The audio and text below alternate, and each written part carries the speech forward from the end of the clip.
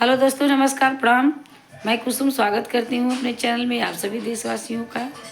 और एक दर्द भरा गीत है जो लगभग 3 हिस्सा तो इस तरह का होता ही है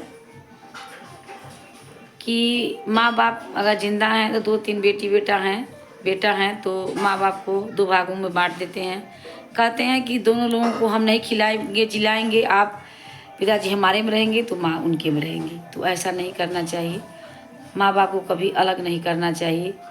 अगर अपने हिस्से में कोई माँ बाप को ले रहा है तो दोनों माँ बाप दोनों को लेना चाहिए, एक को इधर उधर नहीं करना चाहिए। ये बड़ी दुख की बात है। और ये अगर आज आप यह कर रहे हैं माता पिता के साथ, आने वाले दिन में आपके साथ भी यही हो सकता है इससे बुरा भी दिन आ सकता है। तो माँ बाप को अलग नहीं करिए, आप लोग उनका सेवा करिए और एक साथ करिए।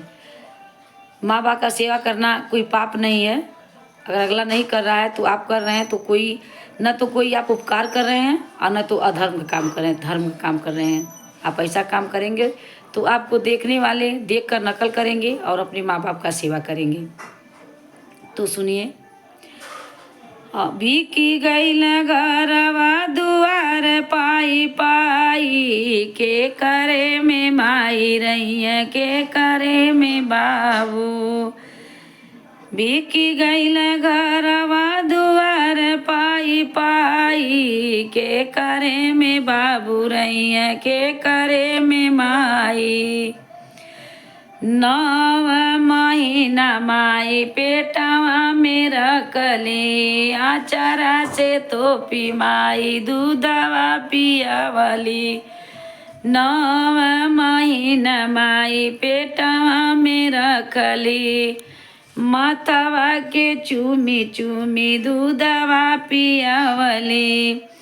अरे कई कोखी से पैदा भइल 2 भाई, के करे में बाबू रही, के कर में माई, के करे में बाबू रही, के करे में माई।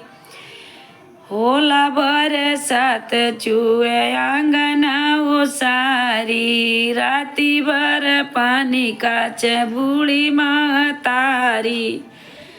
होला बरसात चुए आंगना ओसारी, राती भर पानी काच बूढ़ी महतारी।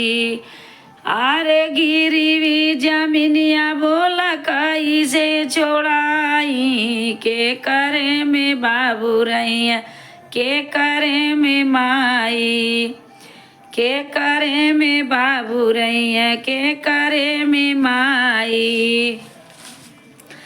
तू के पढ़ावे खातिर बिकल कुल गहनवा, तू के पढ़ावे खातिर बिकल कुल गहनवा। कबहू न बाबू माई दिल ओ रहनवा, तू के पढ़ावे खातिर बिकल कुल गहनवा। कबहू न बाबू माई दिल ओ रहनवा।